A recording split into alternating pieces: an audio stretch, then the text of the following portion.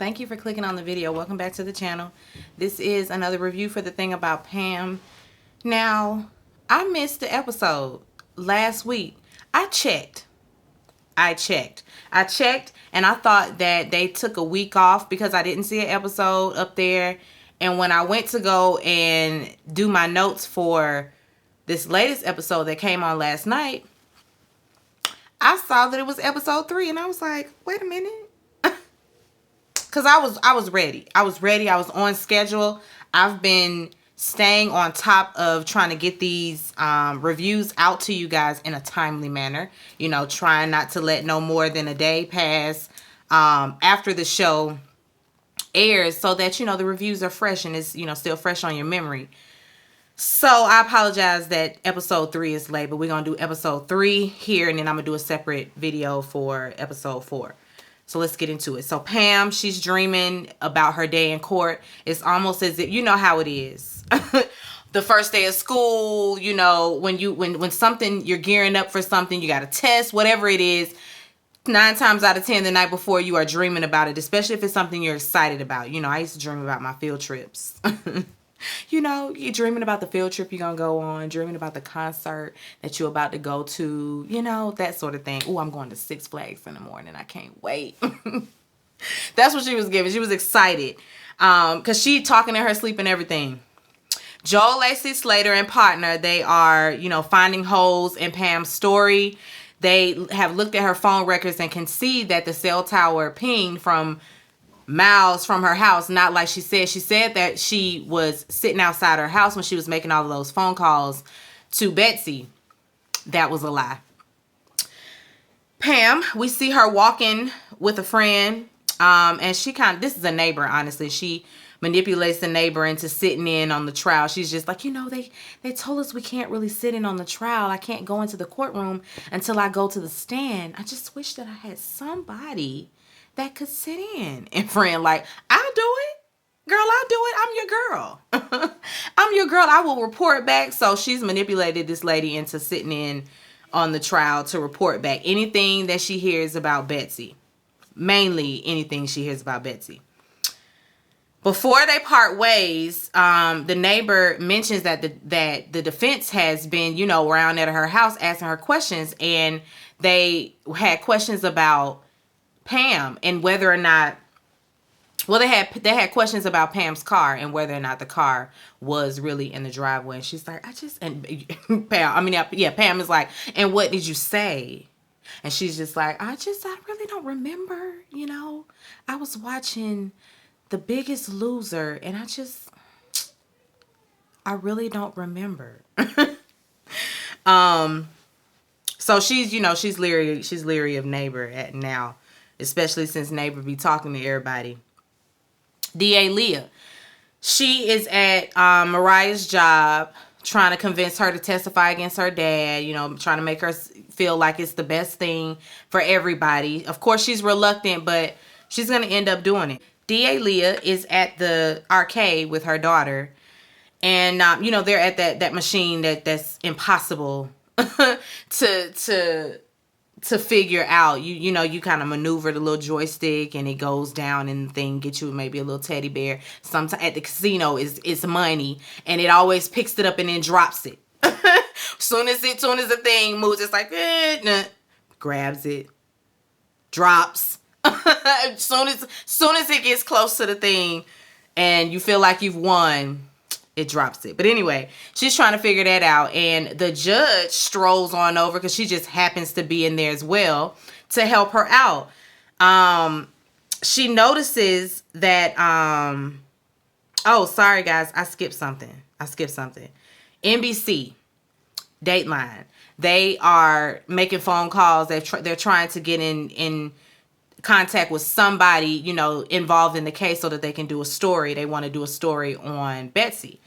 So right now she wants to speak to the defense and as well as Pam. Okay, now we at the arcade. She notices that Pam is sitting over in a corner like that. And she goes over there and they talk about the case a little bit. You know, Pam is always asking questions. She's trying to, fish for information just to see what y'all know. What do y'all know? And that's not alarming to anybody. I'm just like, again, isn't this detective work 101? It's the person who inserts themselves in the case is more than likely your suspect. That's like I mean, that's all the time. I watch way too much investigation discovery to not know that, that's a part of like that's a part of the profile. They always insert themselves because they want to know, they want to stay on top of what you know. They want to know what the police know, so that if it, steers in their direction, they can kind of get in front of it and pivot a little bit. Because, she's finding out the information because they're dumb enough to give her all of this information in a ongoing investigation. It's like, y'all ain't even supposed to be telling her half the stuff y'all done told her. Anyway, she points over there. You see her over there? Yeah, that's the judge. Don't even worry about it. We go way back, all the way to 10th grade. You good, girl. You good. We got you. Joel Lacey Slater, he meets with Russ, and he's going over the witness list. First on the witness list, they gonna call his daughters. First up is Mariah. They're gonna try to discredit his character. And he asked, basically, is there anything that he can use to combat that? Of course, he's like, those are my daughters. Like, I'm not about to do that with them.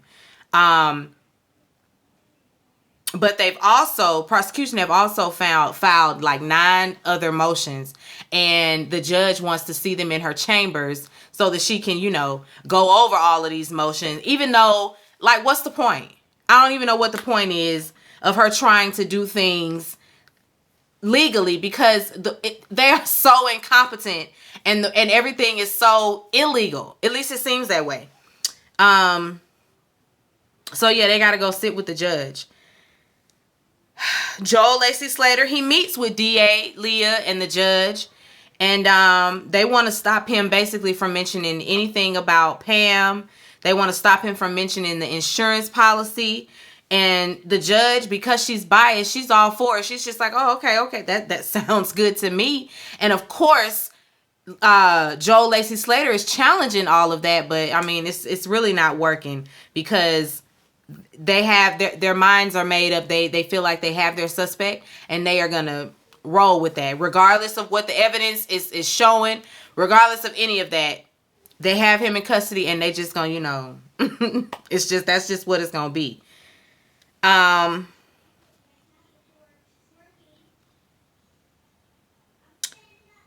The case is starting, and Pam's, her neighbor, her implant, she's sitting in to report on everything.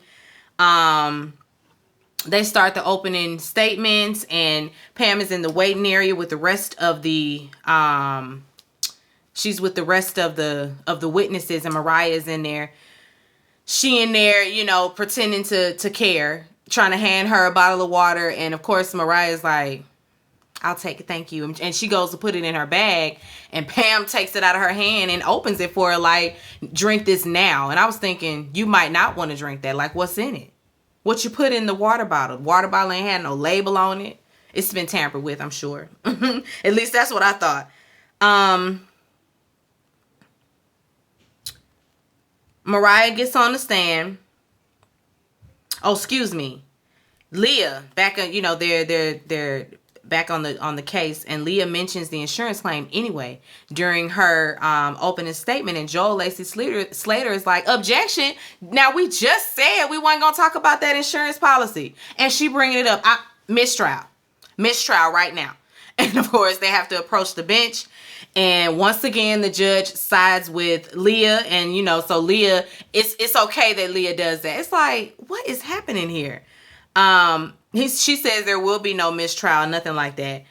Leah, it's as if, again, it's almost like this is all illegal. Like, all of this has to be illegal because they tampering with evidence. They're not giving the defense all of the evidence. Like, they haven't turned over discovery or nothing like that. It's just, everything is underhanded. Everything is backwards.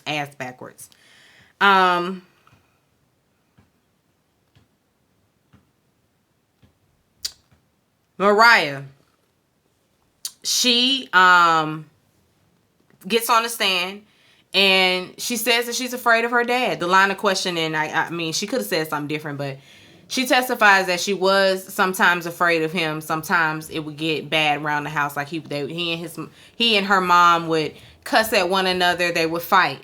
And that's where she ended it. You know, she ain't asked no more questions past that, because the point was to discredit his character and paint him out to be a violent person or an angry person or abusive.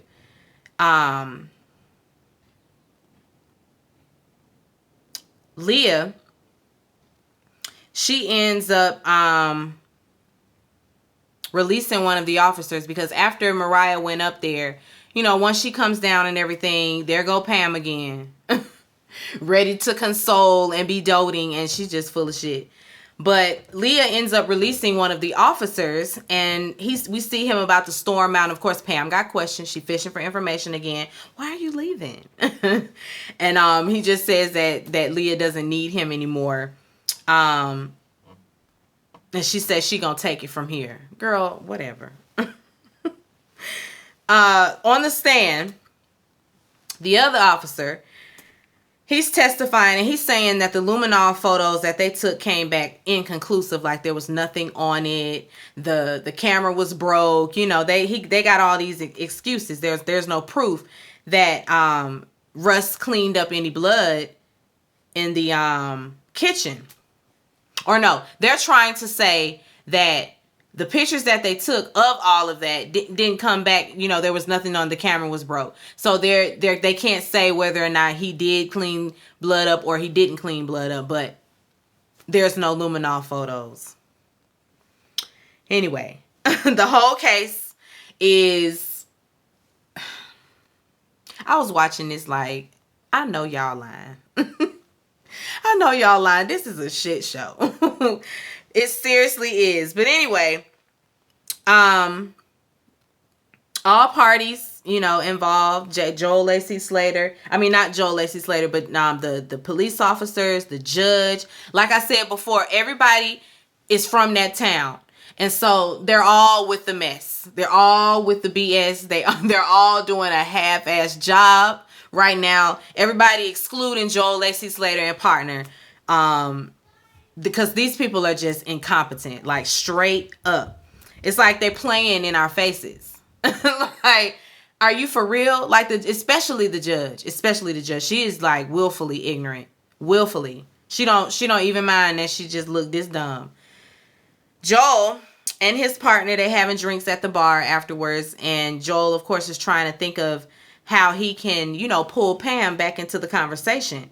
Because when she does take the stand, she gonna have all the lies, all the stories, and they have to figure out a way to like make sure that she can't weasel her way out, you know. So they have to, because she's created like all of these lies, you know, a web of lies. She's created this entire story, and so they have to figure out a way that they can poke holes in it without her, you know, because she quick on her feet.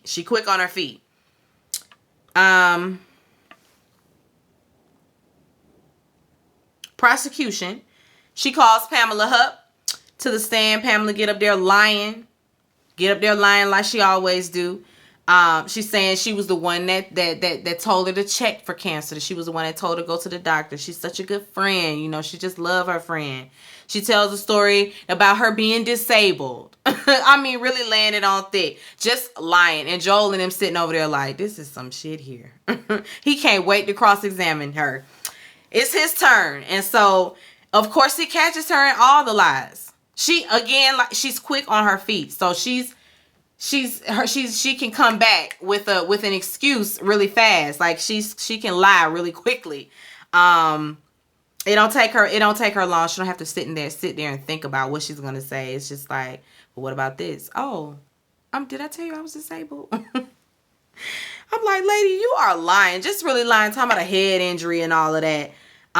Because she keeps referring to the brain injury because she can't remember this and she can't remember that. She can't remember what she said to the police initially because she continues to contradict her story. And Joel A.C. Slater is not to be played with because he ain't fooled at all. Like he's not a fool. Leah, she ends up objecting because he mentions the insurance. And it's like, now wait a minute. You just did it, so I can't do it? Like, you brought the whole insurance claim into the trial. So it's fair game, right? The judge say no. The judge says that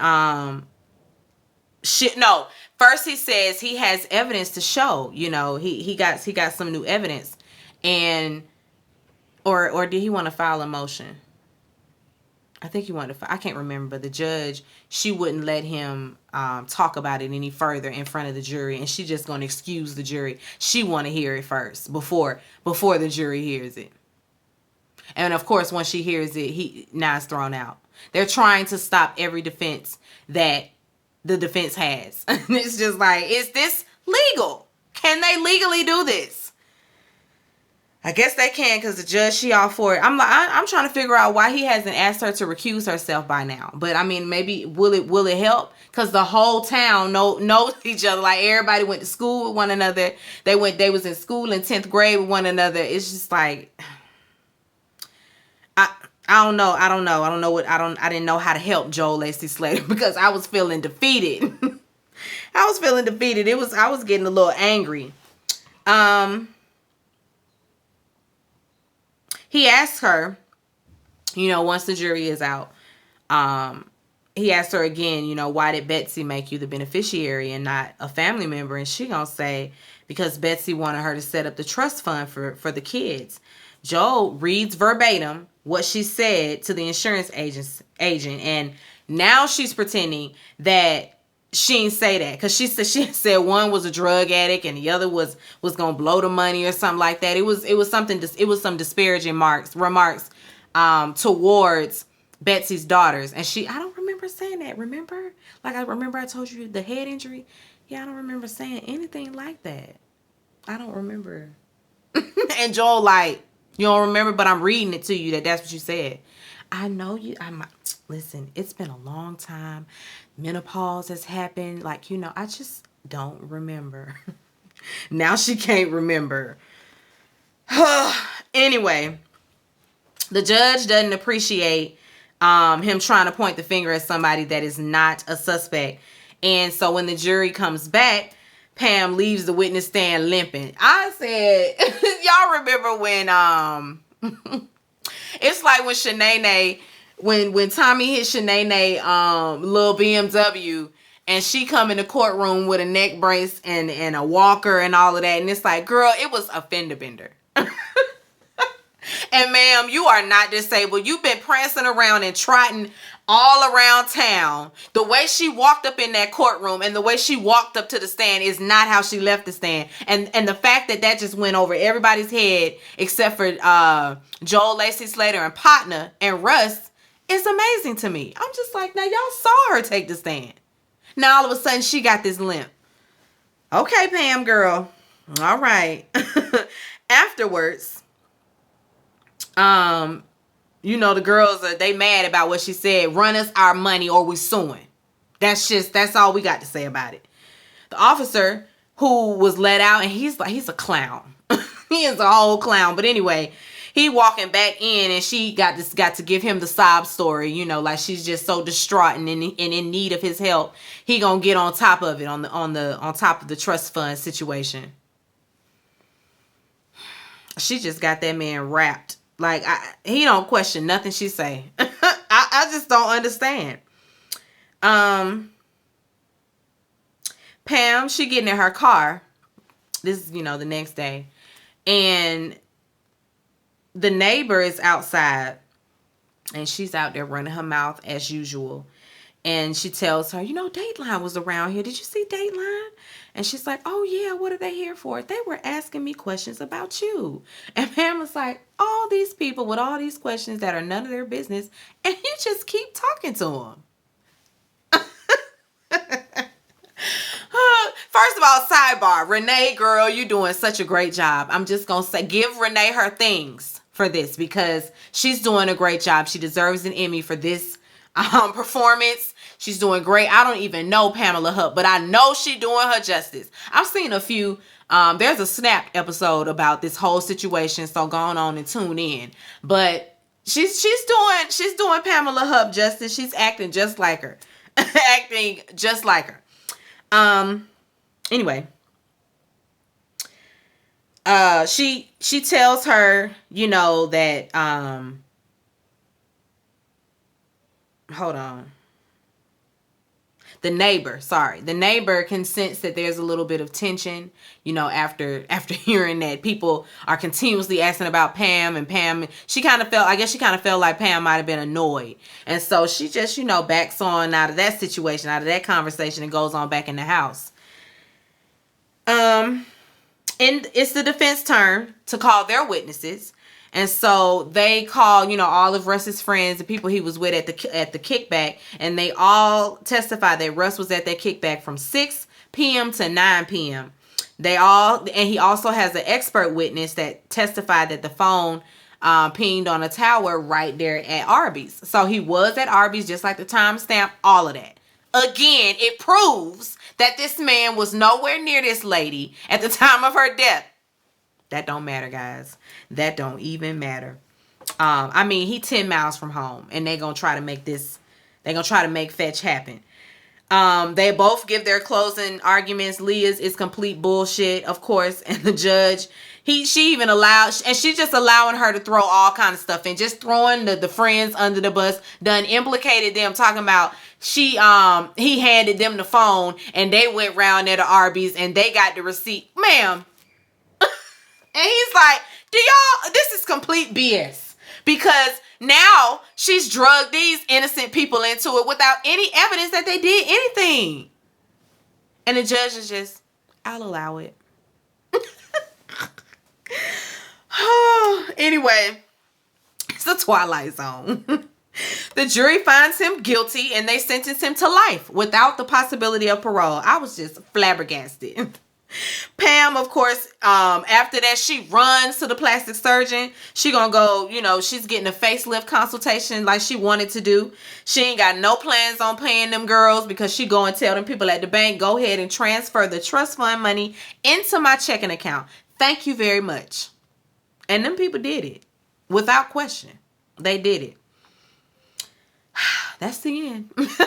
Y'all, this show is so good. I'm so upset that it's not something that we can get, you know, season for season. Maybe they can give us another Somebody's Case. Like, let's do one. We've had plenty of movies on Eileen Voorhees, the serial killer around there in Daytona that was killing all the men. Monster. We got a whole movie about it. Monster.